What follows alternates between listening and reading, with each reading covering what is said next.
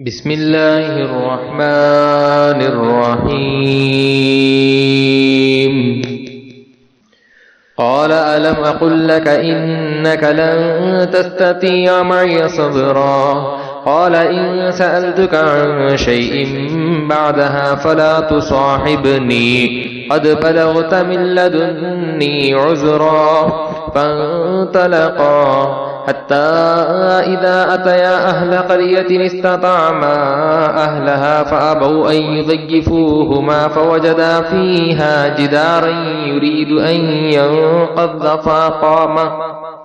قال لو شئت لاتخذت عليه أجرا قال هذا فراق بيني وبينك سأنبئك بتأويل ما لم تستطع عليه صبرا أما السفينة فكانت لمساكين يعملون في البحر فأردت أن أعيبها وكان وراءهم ملك يأخذ كل سفينة غصبا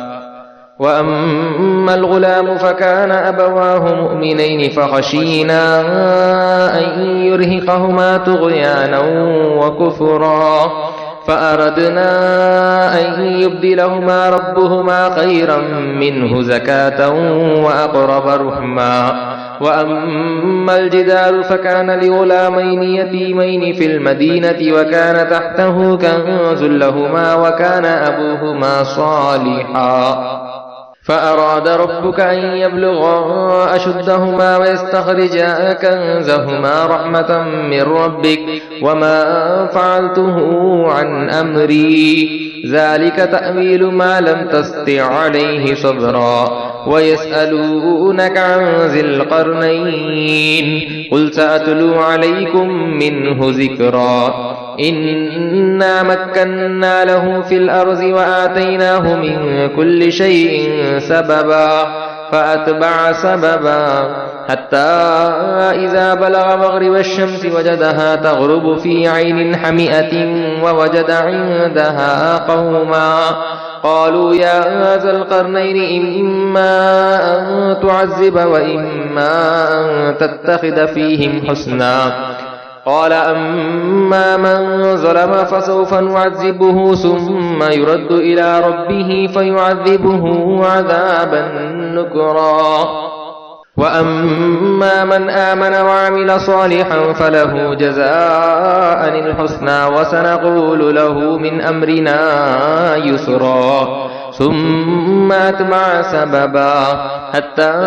إذا بلغ مطلع الشمس وجدها تتلو على قوم لم نجعل لهم من دونها سترا كذلك وقد أحطنا بما لديه خبرا ثم أتبع سببا حتى إذا بلغ بين السدين وجد من دونهما قوما لا يكادون يفقهون قولا قالوا يا ذا القرنين إن يأجوج ومأجوج مفسدون في الأرض فهل نجعل لك خرجا على أن تجعل بيننا وبينهم سدا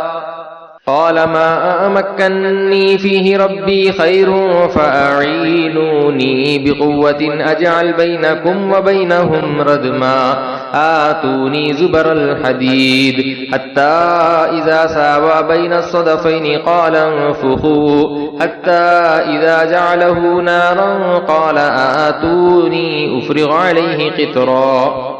فما استطاعوا أن يظهروه ما استطاعوا له نقبا قال هذا رحمة من ربي فإذا جاء وعد ربي جعله دكاء وكان وعد ربي حقا وتركنا بعضهم يومئذ يموج في بعض ونفخ في السور فجمعناهم جمعا وعرضنا جهنم يومئذ للكافرين عرضا الذين كانت أعينهم في غطاء عن ذكري وكانوا لا يستطيعون سمعا أفحسب الذين كفروا أن يتخذوا عبادي من دوني أولياء إنا أعتدنا جهنم للكافرين نزلا قل هل ننبئكم بالأخسرين أعمالا الذين ضل سعيهم في الحياة الدنيا وهم يحسبون أنهم يحسنون صنعا أولئك الذين كفروا بآيات ربهم ولقائه فحبطت أعمالهم فلا نقيم لهم يوم القيامة وزنا ذلك جزاؤهم جهنم بما كفروا واتخذوا آياتي ورسلي هزوا إن الذين آمنوا وعملوا الصالحات كانت لهم جنات الفردوس نزلا خالدين فيها لا يبغون عنها حولا قل لو كان البحر مدادا لكلمات ربي لنفد البحر قبل أن تنفذ كلمات ربي ولو جئنا بمثله مددا قل إنما أنا بشر مثلكم يوحى إلي أنما إلهكم إله واحد فمن كان يرجو لقاء ربه فليعمل عملا صالحا ولا يشرك بعبادة ربه أحدا سورة مريم مكية بسم الله الرحمن الرحيم كافها يا عين صاد ذكر رحمة ربك عبده زكريا إذ نادى ربه نداء خفيا قال رب إني وهن العزم مني واشتعل الرأس شيبا ولم أكن بدعائك رب شقيا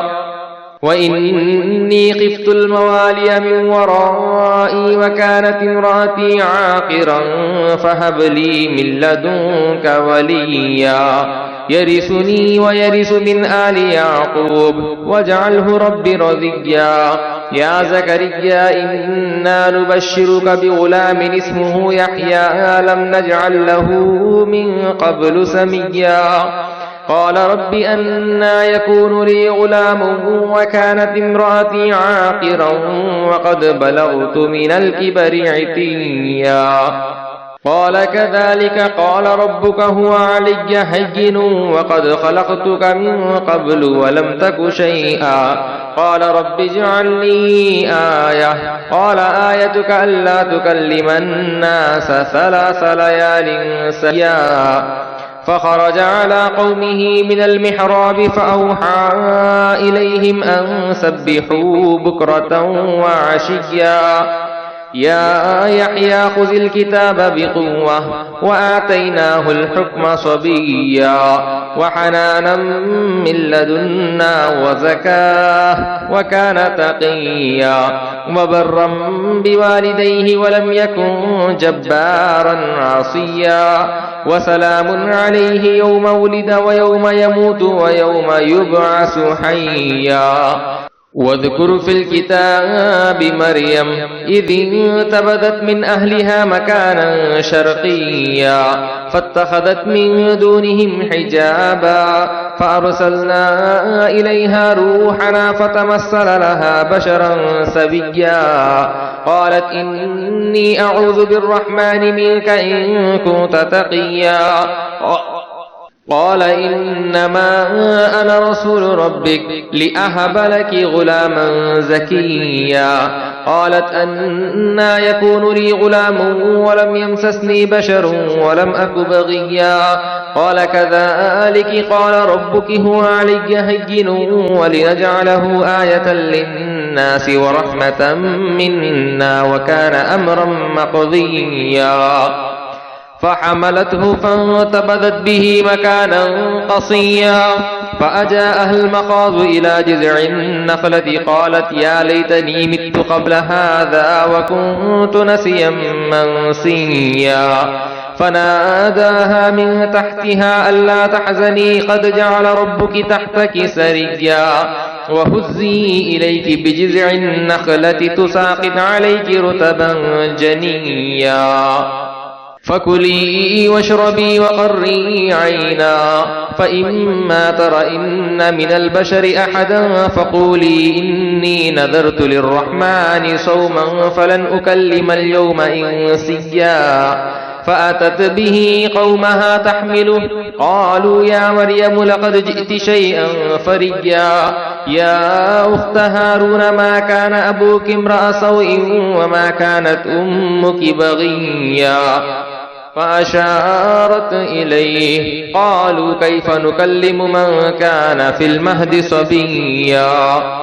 قال إني عبد الله آتاني الكتاب وجعلني نبيا وجعلني مباركا أينما كنت وأوصاني بالصلاة والزكاة ما دمت حيا وبرا بوالدتي ولم يجعلني جبارا شقيا والسلام علي يوم ولدت ويوم أموت ويوم أبعث حيا ذلك عيسى ابن مريم قول الحق الذي فيه يمترون ما كان لله أن يتخذ من ولد سبحانه إذا قضى أمرا فإنما يقول له كن فيكون وإن الله ربي وربكم فاعبدوه هذا صراط مستقيم فاختلف الأحزاب من بينهم فويل للذين كفروا من مشهد يوم عظيم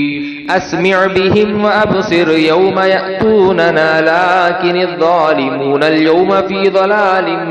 مبين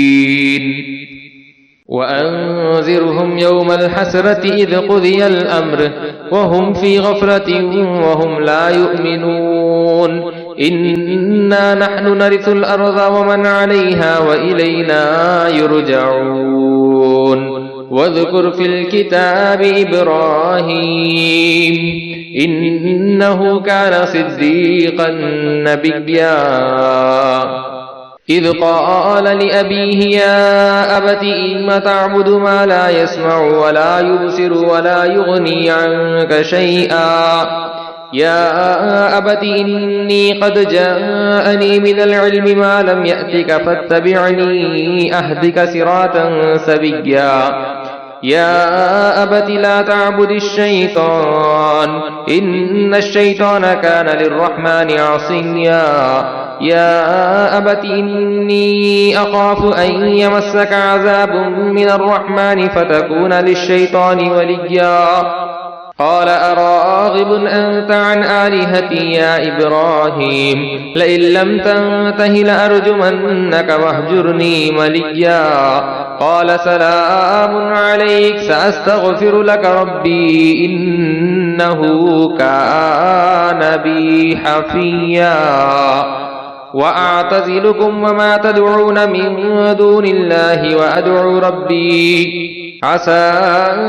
ألا أكون بدعاء ربي شقيا فلما اعتزلهم وما يعبدون من دون الله وهبنا له إسحاق ويعقوب وكلا جعلنا نبيا ووهبنا لهم من رحمتنا وجعلنا لهم لسان صدق عليا واذكر في الكتاب موسى إنه كان مخلصا وكان رسولا نبيا وناديناه من جانب الطور الأيمن وقربناه نجيا ووهبنا له من رحمتنا أخاه هارون نبيا واذكر في الكتاب إسماعيل إنه كان صادق الوعد وكان رسولا نبيا وكان يأمر أهله بالصلاة والزكاة وكان عند ربه مرضيا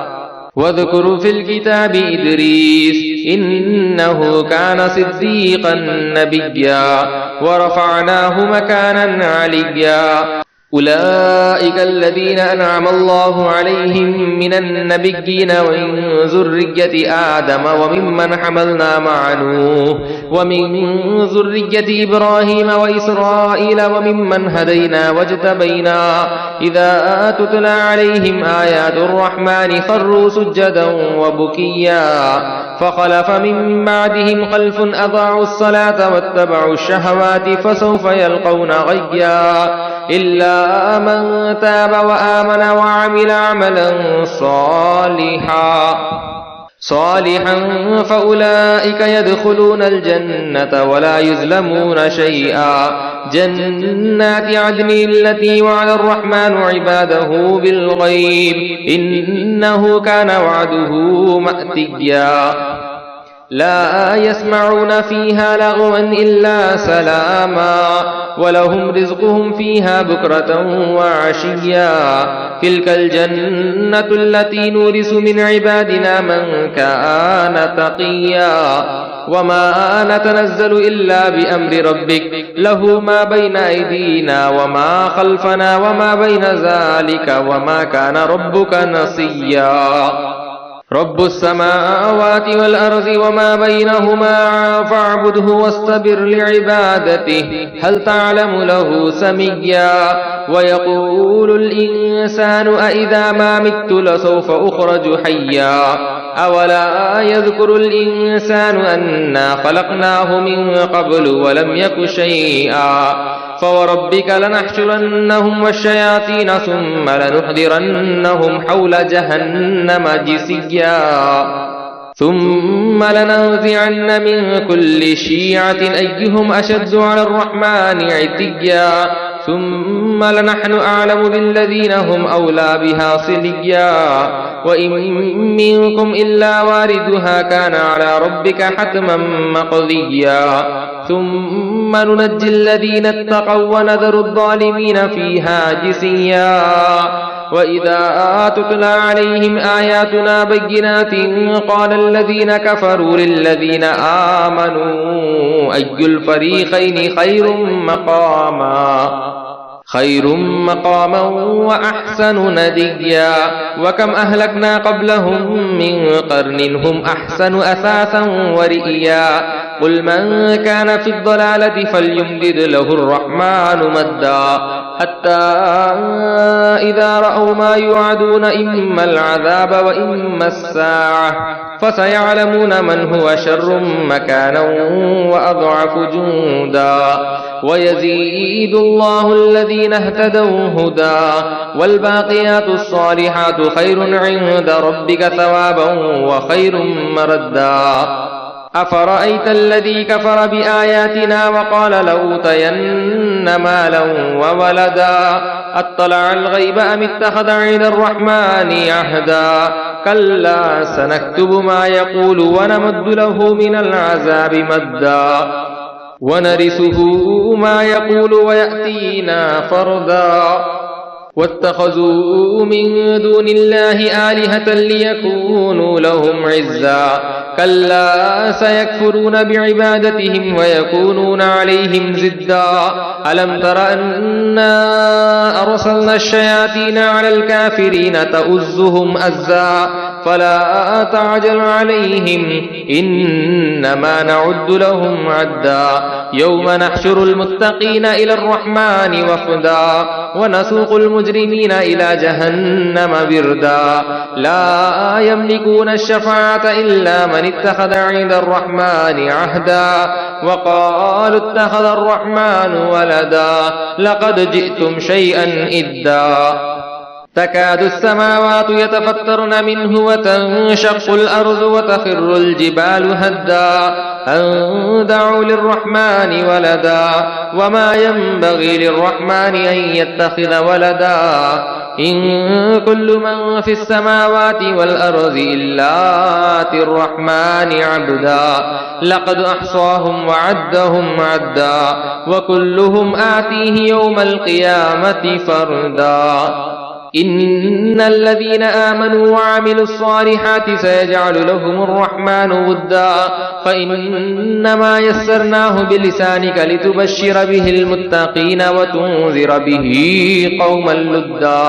وكم أهلكنا قبلهم من قرن هل تحس منهم من أحد أو تسمع لهم ركزا سورة طه مكية بسم الله الرحمن الرحيم طه ما أنزلنا عليك القرآن لتشقى إلا تذكرة لمن يخشى تنزيلا ممن خلق الأرض والسماوات العلا الرحمن على العرش استوى له ما في السماوات وما في الأرض وما بينهما وما تحت الثرى وإن تجهر بالقول فإنه يعلم السر وأخفى الله لا إله إلا هو له الأسماء الحسنى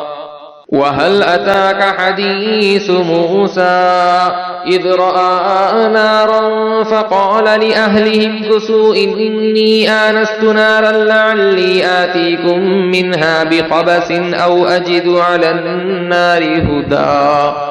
فلما أتاها نودي يا موسى إني أنا ربك فاخلع عليك إنك بالواد المقدس طوى وأنا اخترتك فاستمع لما يوحى إنني أنا الله لا إله إلا أنا فاعبدني وأقم الصلاة لذكري إن الساعة آتية أكاد أخفيها لتجزى كل نفس بما تسعى فلا يصدنك عنها من لا يؤمن بها واتبع هواه فتردى وما تلك بيمينك يا موسى قال هي عصاي أتوكه عليها وأهش بها على غنمي ولي فيها مآرب أخرى قال ألقها يا موسى فألقاها فإذا هي حية تسعى قال خذها ولا تخف سنعيدها سيرتها الأولى وازمم يدك إلى جناحك تخرج بيضاء من غير سوء آية أخرى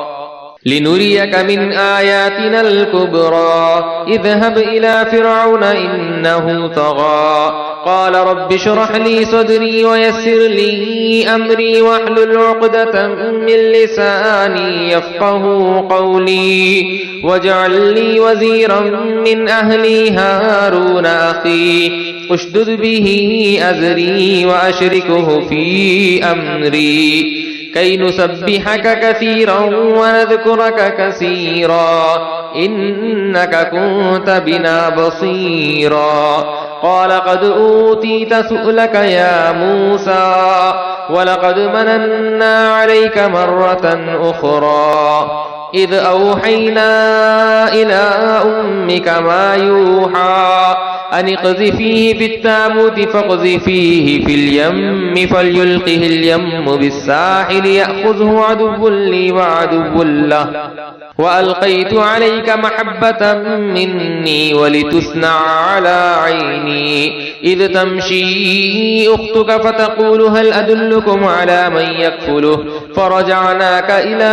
أمك كي تقر عينها ولا تحزن وقتلت نفسا فنجيناك من الغم وفتناك فتونا فلبثت سنين في أهل مدين ثم جئت على قدر يا موسى واصطنعتك لنفسي اذهب أنت وأخوك بآياتي ولا تنيا في ذكري اذهبا إلى فرعون إنه طغى فقولا له قولا لينا لعله يتذكر أو يخشى قالا ربنا إننا نخاف أن يفرط علينا أو أن يطغى قال لا تخافا إنني معكما أسمع وأرى فأتياه فقولا إنا رسولا ربك فارسل معنا بني إسرائيل ولا تعذبهم قد جئناك بآية من ربك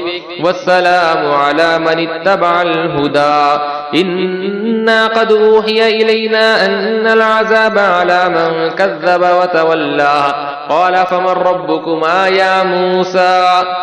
قال ربنا الذي أعطى كل شيء خلقه ثم هدى قال فما بال القرون الأولى قال علمها عند ربي في كتاب لا يضل ربي ولا ينسى الذي جعل لكم الأرض مهدا وسلك لكم فيها سبلا وأنزل من السماء ماء فأخرجنا به أزواجا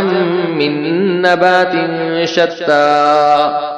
كلوا ورعوا أنعامكم إن في ذلك لآيات لأولي النهى منها خلقناكم وفيها نعيدكم ومنها نخرجكم تارة أخرى ولقد أريناه آياتنا كلها فكذب وأبى قال أجئتنا لتخرجنا من أرضنا بسحرك يا موسى فلنأتينك بسحر مثله فاجعل بيننا وبينك موعدا لا نخلفه نحن ولا أنت مكانا سوى قال موعدكم يوم الزينة وأن يحشر الناس زحا فتولى فرعون فجمع كيده ثم أتى قال لهم موسى ويلكم لا تفتروا على الله كذبا فيسحتكم بعذاب وقد خاب من افترى فتنازعوا أمرهم بينهم وأسروا النجوى قالوا إن هذان لساحران يريدان أن يخرجاكم من أرضكم بسحرهما ويذهبا بطريقتكم المثلى فأجمعوا كيدكم ثم أتوا صفا وقد أفلح اليوم من استعلى قالوا يا موسى إما أن تلقي وإما أن نكون أول من ألقى قال بل ألقوا فإذا حبالهم وعصيهم يخيل إليه من سحرهم أنها تسعى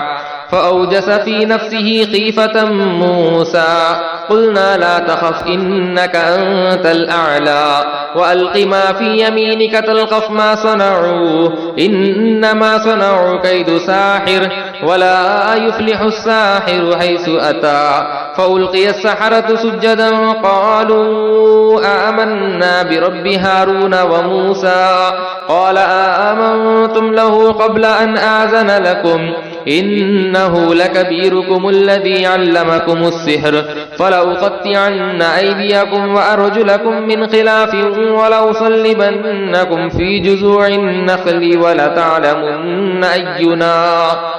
أينا أشد عذابا وأبقى قالوا لن نؤثرك على ما جاءنا من البينات والذي فطرنا فاقض ما أنت قاض إنما تقضي هذه الحياة الدنيا إنا آمنا بربنا ليغفر لنا خطايانا وما أكرهتنا عليه من السحر والله خير وأبقى إنه من يأت ربه مجرما فإن له جهنم لا يموت فيها ولا يحيا ومن يأته مؤمنا قد عمل الصالحات فأولئك لهم الدرجات العلى جنات عدن تجري من تحتها الأنهار خالدين فيها وذلك جزاء من تزكى ولقد أوحينا إلى موسى أن أسر بعبادي فاضرب لهم طريقا في البحر يبسا لا تخاف دركا ولا تخشى فأتبعهم فرعون بجنوده فغشيهم من اليم ما غشيهم وأضل فرعون قومه وما هدى يا بني إسرائيل قد أنجيناكم من عدوكم وواعدناكم جانب الطور الأيمن ونزلنا عليكم المن والسلوى كلوا من طيبات ما رزقناكم ولا تطغوا فيه فيحل عليكم غضبي ومن يحلل عليه غضبي فقد هوى وإني لغفار لمن تاب وآمن وعمل صالحا ثم اهتدى وما أعجلك عن قومك يا موسى قال هم أولئك على أثري وعجلت إليك رب لترضى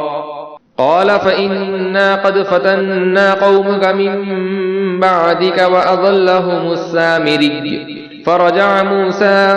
إلى قومه غضبان أسفا قال يا قوم ألم يعدكم ربكم وعدا حسنا أفطال عليكم العهد أم أردتم أن يحل عليكم غضب من ربكم فأخلفتم موعدي. قالوا ما أخلفنا موعدك بملكنا ولكننا حملنا أوزارا من زينة القوم فقذفناها فكذلك ألقى السامري. فأخرج لهم عجلا جسدا له خوار فقالوا هذا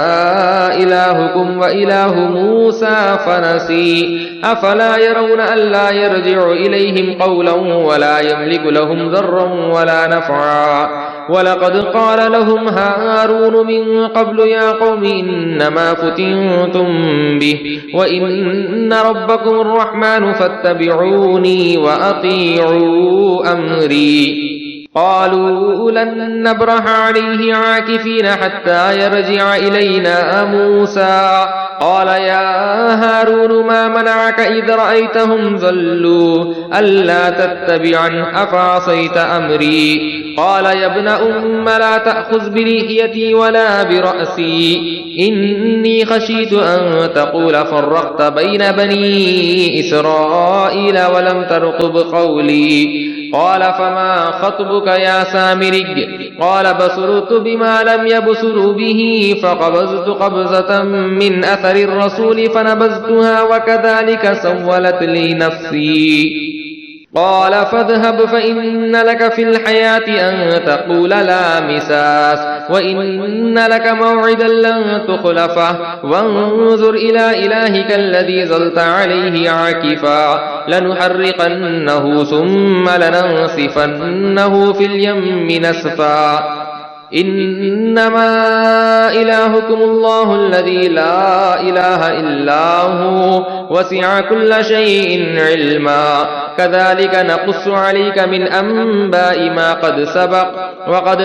آتيناك من لدنا ذكرا. من أعرض عنه فإنه يحمل يوم القيامة وزرا خالدين فيه وساء لهم يوم القيامة حملا. يوم ينفخ في السور ونحشر المجرمين يومئذ زرقا يتخافتون بينهم إن لبثتم إلا عشرا. نحن أعلم بما يقولون إذ يقول أمثلهم طريقة إن لبثتم إلا يوما. ويسألونك عن الجبال فقل ينسفها ربي نسفا فيذرها قاعا صفصفا لا ترى فيها عوجا ولا أمتا. يومئذ يتبعون الداعي لا عوج له وخشعت الأصوات للرحمن فلا تسمع إلا همسا. يومئذ لا تنفع الشفاعة إلا من أذن له الرحمن ورضي له قولا. يعلم ما بين أيديهم وما خلفهم ولا يحيطون به علما. وعنت الوجوه للحي القيوم وقد خاب من حمل ظلما. ومن يعمل من الصالحات وهو مؤمن فلا يخاف ظلما ولا هضما. وكذلك أنزلناه قرآنا عربيا وصرفنا فيه من الوعيد لعلهم يتقون أو يحدث لهم ذكرا. فتعالى الله الملك الحق ولا تعجل بالقرآن من قبل أن يقضى إليك وحيه وقل رب زدني علما. ولقد عهدنا إلى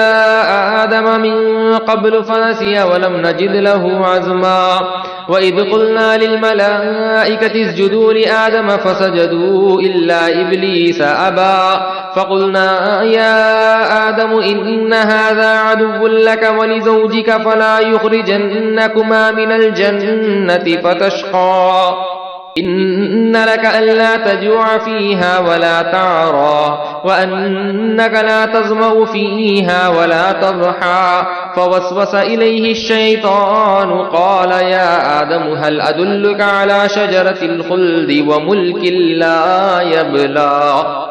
فأكلا منها فبدت لهما سوآتهما وطفقا يقصفان عليهما من ورق الجنة وعصى آدم ربه فغوى ثم اجتباه ربه فتاب عليه وهدى قال اهبطا منها جميعا بعضكم لبعض عدو فإما يأتينكم مني هدى فمن تبع هداي فلا يضل ولا يشقى ومن أعرض عن ذكري فإن له معيشة ضنكا ونحشره يوم القيامة أعمى قال رب لم حشرتني أعمى وقد كنت بصيرا قال كذلك أتتك آياتنا فنسيتها وكذلك اليوم تنسى وكذلك نجزي من أسرف ولم يؤمن بآيات ربه ولعذاب الآخرة أشد وأبقى أفلم يهد لهم كم أهلكنا قبلهم من القرون يمشون في مساكنهم إن في ذلك لآيات لأولي النهى ولولا كلمة سبقت من ربك لكان لزاما وأجل مسمى فاصبر على ما يقولون وسبح بحمد ربك قبل طلوع الشمس وقبل غروبها ومن آناء الليل فسبح وأطراف النهار لعلك ترضى ولا تمدن عينيك إلى ما متعنا به أزواجا منهم زهرة الحياة الدنيا لنفتنهم فيه ورزق ربك خير وأبقى وأمر أهلك بالصلاة واصطبر عليها لا نسألك رزقا نحن نرزقك والعاقبة للتقوى وقالوا لولا يأتينا بآية من ربه أولم تأتهم بينة ما في الصحف الأولى ولو أنا أهلكناهم بعذاب من قبله لقالوا ربنا لولا أرسلت إلينا رسولا فنتبع آياتك من قبل أن نزل ونخزى قل كل متربص فتربصوا فستعلمون من أصحاب الصراط السوي ومن اهتدى صدق الله العلي العظيم.